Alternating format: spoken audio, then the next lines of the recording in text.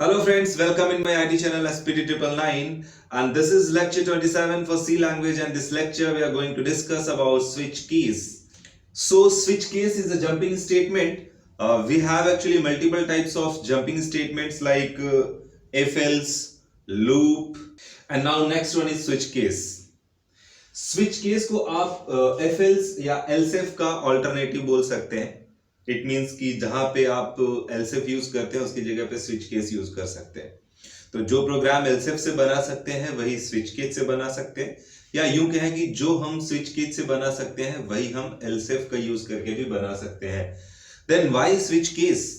Switch case is faster than else if. Switch case fast होता है क्योंकि ये सभी केसेस की एक टेबल बना लेता है और सीधे सीधे जंप करता है जहां पे वैल्यू मैच करती है. जबकि एलसेफ में क्या होता है कि एक एक कंडीशन चेक होती है, उसके बाद अगर वो फॉल्स है तो फिर नेक्स्ट कंडीशन पे जाता है, फिर वो फॉल्स है तो फिर उसके नेक्स्ट कंडीशन पे जाता है, अगर वो फॉल्स है फिर उसके नेक्स्ट कंडीशन पे जाता है.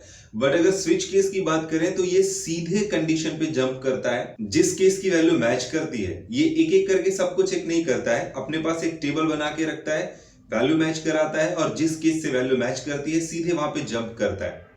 तो इसकी वजह से एलसेफ में जो टाइम कंज्यूम होता है हर एक कंडीशन को बार बार चेक करने का, वो यहाँ पे नहीं होता है. बट एक ड्रॉबैक भी है स्विच केस के साथ कि ये सिर्फ इंटीजर टाइप की वैल्यूज के साथ वर्क करता है, जिसमें इंट, एनम और कैर ये तीन डेटा टाइप आते हैं. तो ये तीनों ही इंटरनली इंटीजर है, एनम भी इंटरनली इंटीजर है और कैर भी इंटरनली इंटीजर है, इसलिए इसके साथ काम करता है क्योंकि एक्चुअल में स्विच केस इंटीजर के साथ ही वर्क करता है और जो डेटा टाइप इंटरनली इंटीजर है उनको भी ये सपोर्ट करता है. तो ये तीन इंपॉर्टेंट पॉइंट है आप स्विच केस के साथ याद रख सकते हैं. सो आइए स्विच केस का सिंटैक्स समझते हैं. तो फ्रेंड्स ये रहा स्विच केस का सिंटैक्स. एक स्विच कीवर्ड है यहाँ पे जो हम यूज करेंगे और उसके ब्रैकेट में एक वैल्यू पास करेंगे जो हम यूजर से इनपुट करा सकते हैं या फिर हो सकता है वो इनिशियलाइज की गई हो. ये वैल्यू इंटीजर टाइप की होगी, मैंने अभी आपको बताया, या फिर एनम या कैर हो सकता है. ये वैल्यू इन केस में से किसी भी केस की वैल्यू से मैच हो सकती है. तो केस 1, केस 2, केस 3, केस 4, 5 इस तरह से हम जितने चाहे उतने केसेस यूज कर सकते हैं. ये वाली वैल्यू केस की जिस वैल्यू से मैच करेगा वो वाला स्टेटमेंट एग्जीक्यूट होगा. यहाँ पे कोई एक स्टेटमेंट हो सकता है या फिर मल्टीपल स्टेटमेंट्स हो सकते हैं. उसके बाद ब्रेक स्टेटमेंट एग्जीक्यूट होगा और हम स्विच के बाहर चले जाएंगे.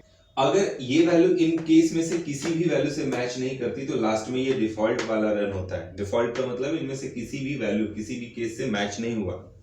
अच्छा, हर एक केस के साथ ये ब्रेक स्टेटमेंट लगाना जरूरी है. ऐसा इसलिए कि अगर ये वैल्यू किसी केस के साथ मैच होती है तो उसके बाद जितने भी केसेस हैं वो सारे रन हो जाएंगे. बट हम ऐसा नहीं चाहते हैं कि वैल्यू जिससे मैच हो सिर्फ वो वाले स्टेटमेंट्स एग्जीक्यूट हो, उसके बाद हम सीधे स्विच के बाहर चले जाए. तो इसके लिए हम हर एक केस के साथ ब्रेक स्टेटमेंट लगाते हैं. अब ये स्विच केस के साथ कुछ रूल्स हैं जिन्हें आपको याद रखना है. जैसे कि ये जो केसेस हैं इनका सीक्वेंस चेंज हो सकता है, यानी ये हो सकता है 2 ऊपर हो, 1 नीचे हो या 3 पहले हो, कोई भी सीक्वेंस हो सकता है. ये सीक्वेंस में होना जरूरी नहीं है. इसके अलावा ये जो वैल्यू लिखी हुई है इनकी जगह पे कोई एक्सप्रेशन हो सकता है जो एक इंटीजर वैल्यू देता हो. जैसे यहाँ पे 2 या 3 या 4 कुछ भी है, मान लीजिए यहाँ पे 2 है तो 2 की जगह पे 1+1 लिखा होगा तब भी चलेगा, या कोई भी ऐसा एक्सप्रेशन जिसका इवैल्यूएशन रिजल्ट 2 आता हो या कोई एक इंटीजर वैल्यू आती हो तो वो यहाँ पे हो सकती है. क्योंकि यहाँ पे ये फ्लोट या कोई अदर डेटा टाइप सपोर्ट नहीं करता, वेरिएबल नहीं होना चाहिए, कोई एक इंटीजर टाइप की वैल्यू होनी चाहिए या फिर कोई ऐसा एक्सप्रेशन हो जिसका रिजल्ट कोई इंटीजर वैल्यू आती हो. सेम थिंग यहाँ पे भी है कि कोई एक्सप्रेशन हो सकता है जिसका रिजल्ट कोई इंटीजर वैल्यू आती हो. तो स्विच केस स्पेशलाइज्ड है ऐसे प्रोग्राम के लिए जहां पे मेन्यू ड्रिवन केसेस मिलते हैं. यानी हमारे पास ऑपरेशंस का एक मेन्यू दिया जाता है कि अगर आपको ये ऑपरेशन करना है तो उसके लिए 1 इनपुट करें, ये ऑपरेशन करना है उसके लिए 2 इनपुट करें, ये ऑपरेशन के लिए 3 इनपुट करें. तो अगर ऑपरेशंस का एक मेन्यू हमें मिलता है तो मेन्यू ड्रिवन प्रोग्राम कहलाते हैं. और ऐसे मेन्यू ड्रिवन प्रोग्राम के लिए हम स्विच केस यूज करते हैं क्योंकि ये फास्ट होता है. अगर हम ये प्रोग्राम एफएल से या एलसेफ का यूज करके बनाए तब भी बन जाएंगे, लेकिन क्योंकि यहाँ पे कोई स्पेशल ऑपरेशन नहीं है, सिर्फ एक केस का सिलेक्शन है और उस सिलेक्शन के लिए टाइम को बचाया जा सकता है, तो बहुत अच्छी बात है. तो आइए एक छोटा सा प्रोग्राम देखते हैं जिसे स्विच केस के थ्रू बनाते हैं हम लोग. सो फ्रेंड्स ये एक प्रोग्राम जिसमें हम लोग यूजर से डे इनपुट करा रहे हैं. डे का नंबर और उसे स्विच में पास कर रहे हैं और केस से वैल्यू मैच होगी तो जो नंबर इनपुट होगा उस केस के अकॉर्डिंग वो आउटपुट आएगा। 1 के लिए मंडे, 2 के लिए ट्यूसडे, इस तरह से। तो यहाँ पे आप देख सकते हैं इसका फॉर्मेट स्विच कीवर्ड है, केस 1, उसके बाद स्टेटमेंट, ये सिंगल स्टेटमेंट है, इसमें और भी स्टेटमेंट हो सकते हैं। उसके बाद ब्रेक, फिर केस 2, प्रिंटफ, ब्रेक, हर एक केस के साथ ब्रेक स्टेटमेंट लगा हुआ है। और उसके बाद लास्ट में 7 डेज़ के बाद लास्ट में डिफ़ॉल्ट स्टेटमेंट लगा हुआ है कि अगर 7 के अलावा कोई वैल्यू इनपुट हो तो रॉन्ग चॉइस का ये मैसेज आए। तो ये डिफ़ॉल्ट है, अगर कोई नहीं चलेगा तो फिर ये चलेगा। इसको रन करा के देखते हैं। यहाँ पे अगर हमने 3 इनपुट किया तो वेडनेसडे आया। इसको एक बार और रन करा तो इस पर 10 इनपुट करते हैं तो रॉन्ग चॉइस। अभी मैंने आपको बताया था कि ब्रेक स्टेटमेंट लगाना ज़रूरी है। अगर हम ब्रेक स्टेटमेंट नहीं लगाते हैं तो क्या होगा ये हम देखते हैं। यहाँ पे सारे ब्रेक स्टेटमेंट यहाँ से हटा देते हैं।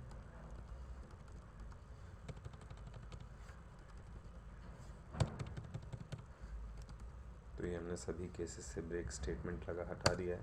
7 में तो लगा ही नहीं फिलहाल। अभी इसको रन कराते हैं। अब इसमें से हम कोई भी नंबर इनपुट करेंगे, जैसे कि हमने 3 इनपुट किया तो 3 के नंबर पे जो डेज आता है उसके बाद के सारे आउटपुट आ जाएंगे प्रिंटफ वाले। ये देखिए, वेडनेसडे के बाद सारे आउटपुट आ रहे हैं। तो ये प्रॉब्लम ना आए इसके लिए हम लोग ब्रेक स्टेटमेंट हर एक के साथ लगाते हैं, हर केस में, ताकि जिस केस में एंट्री हो वहाँ का आउटपुट देने के बाद ब्रेक करके सीधे स्विच के बाहर। क्योंकि इसका प्रॉब्लम ये है कि ये जिस केस के अंदर इनपुट होता है उसके बाद के सारे केस रन कराता हुआ चला जाता है। ये ऐसा इसलिए करता है क्योंकि ये एक टेबल बनाता है और एक ही बार जंप करके स्विच के अंदर आता है। तो जब ये स्विच के अंदर आता है तो बाहर निकलने के लिए या तो वो सारे केसेस रन करा के फिर लास्ट में बाहर जाएगा, या फिर उसे ब्रेक स्टेटमेंट दिया जाए तो ब्रेक से वो बाहर जाएगा। सो फ्रेंड्स, हमने इंस्ट्रक्शन वाले चैप्टर में ये पढ़ा था कि हमारे पास 3 तरह के इंस्ट्रक्शन थे: टाइप डिक्लेरेशन, अरिथमेटिक और कंट्रोल इंस्ट्रक्शंस। कंट्रोल इंस्ट्रक्शंस में हमने सबसे पहले पढ़ा सीक्वेंशियल कंट्रोल, उसके बाद डिसीजन कंट्रोल जिसमें हम लोगों ने एफ एल्स पढ़ा, फिर लूप कंट्रोल हम लोगों ने पढ़ा, उसके बाद ये स्विच केस। सो इस लेक्चर में बस इतना ही। Thanks for watching.